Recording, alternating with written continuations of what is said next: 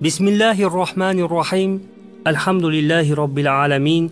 Vassalatu vassalamu ala rasulihil amin va ala alihi va sahbihi ajma'in. Amma ba'd.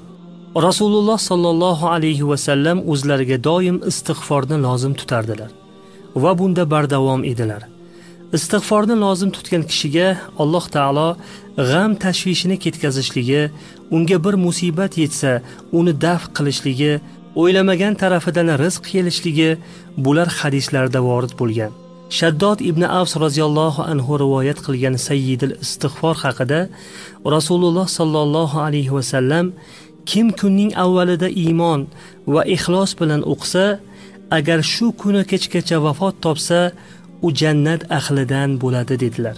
Kim shu duoni kechaning avvalida iymon va ixlos bilan o'qisa, hatto tong otguncha vafot topsa, u ham jannat ahlidan dedilar.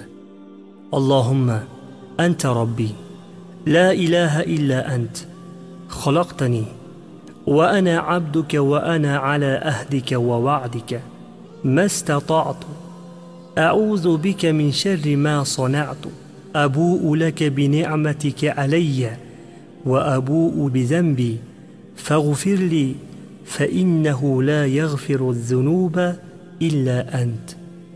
Allohim, sen Robbimsan. Sendan boshqa iloh yo'q. Meni yaratding va men seni qulingman. Qodir bo'lganimcha senga bergan ahdimda va va'damda turibman. Qilgan amallarimning yomonligidan sendan panoh tilayman. Menga ato qilgan ne'matlaringga iqrorman va gunohlarimga ham iqrorman. Mening gunohlarimni kechir. Zero sendan boshqa hech kim gunohlarni kechira olmaydi.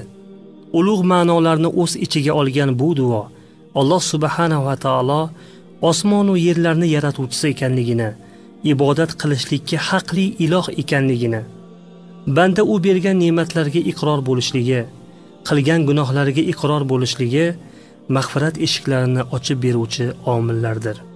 Alloh taolo istig'for aytuvchini azoblamasligini xabarini berdi. Istig'for azob sababi bo'lgan gunohlarni o'chiradi va azobni daf qiladi.